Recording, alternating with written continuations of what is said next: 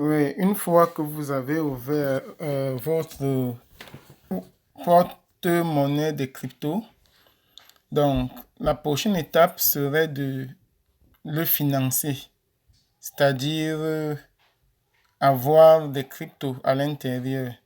Ce que vous voyez là à l'écran, ce ne sont que trois cryptos, donc l'Ethereum, le Bitcoin et le Binance Coin. Donc, je fais cette vidéo parce que j'ai découvert sur la blockchain de Ethereum un moyen, je ne sais pas si je vais dire facile, mais efficace de se faire un peu d'argent.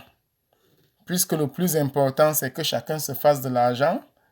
C'est pourquoi je viens vers vous avec cette vidéo pour essayer de partager avec vous. Donc, une fois que vous avez le Ethereum, et je rappelle que ça c'est votre wallet, ça veut dire que ce que vous avez ici est sur la blockchain. Et pour en savoir plus de la blockchain, du Bitcoin, Ethereum, vous pouvez aller sur YouTube. Il y a des vidéos qui ont été faites, pas seulement par moi, mais il y a d'autres personnes qui ont fait de très bonnes vidéos bien expliquées, avec de bons montages. Donc, vous pouvez mieux comprendre ce que c'est que le Bitcoin, ce que c'est que la blockchain technologie, et ça vous permettra de comprendre pourquoi est-ce que il faut faire confiance à la blockchain. Donc, ici, nous allons financer notre euh, portefeuille, notre porte-monnaie, autant pour moi. J'ai quelques difficultés parce que j'essaie de parler français et de temps en temps, l'anglais revient dans ma tête.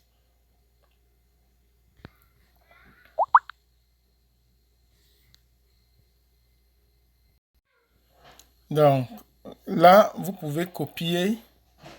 euh, Si vous voulez recevoir, vous pouvez cliquer sur Receive. Et là, c'est votre adresse. Donc, si vous avez quelqu'un à côté de vous qui veut vous donner de l'argent en Ethereum ou dans une autre monnaie, il peut le faire directement à partir de votre téléphone. Il va scanner ce téléphone. Il va scanner votre wallet à partir de son téléphone et l'envoyer. Ou alors, si vous voulez envoyer, vous cliquez sur envoyer et vous pouvez soit mettre l'adresse de la personne ici, soit scanner l'adresse de la personne pour pouvoir faire la transaction. Donc, dans le cas présent, nous voulons mettre de l'argent dans notre wallet, ce wallet que nous avons ouvert récemment. Donc, nous allons cliquer sur Receive. Donc, dans mon cas, moi, je vais copier cette adresse et je vais aller dans un autre de mes wallets où j'ai Ethereum pour pouvoir envoyer Ethereum sur ce wallet-ci. Donc, en passant, j'utilise Atomic Wallet et Exodus que vous pouvez voir là sur ma page. Et j'utilise aussi la blockchain. Donc là, c'est Atomic Wallet que je conseille également aux gens de pouvoir télécharger parce que celui-ci vous permettra d'acheter les crypto-monnaies à partir de votre carte bancaire. Si vous avez une carte bancaire, il vous permettra euh, de pouvoir faire des achats et également de vendre. Donc, c'est un bon wallet et également il vous permet de faire ce qu'on appelle le staking qui vous permet de garder vos cryptos et de bénéficier des intérêts. Donc là, je vais entrer mon mot de passe pour que ce wallet s'ouvre. Ok, là je suis dans mon wallet sur la plate, dans un autre wallet. Ça c'est Atomic Wallet comme je disais.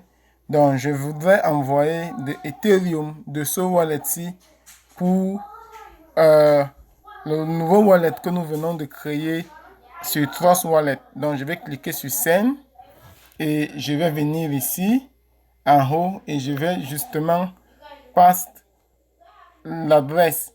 Et il est important de pouvoir vérifier que l'adresse que vous avez mis quand vous copiez et passez, que c'est vraiment votre bonne adresse. Il est très important de le faire.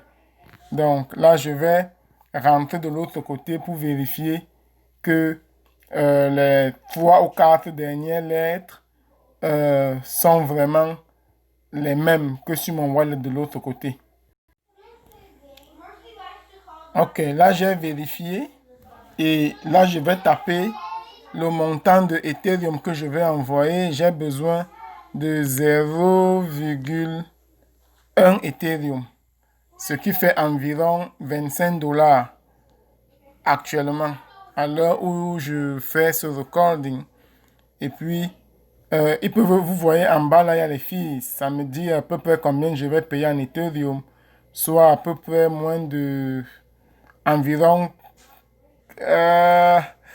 17 cents. Donc, là, je vais cliquer sur envoyer. Et une fois que je vais cliquer sur envoyer, il est important que je rappelle là que la transaction, si l'adresse que j'ai mise ici en haut n'est pas la bonne adresse, mon argent sera parti chez quelqu'un d'autre et je ne pourrai rien faire pour le récupérer. Donc là, je vais taper mon password pour confirmer la transaction et ça sera fait.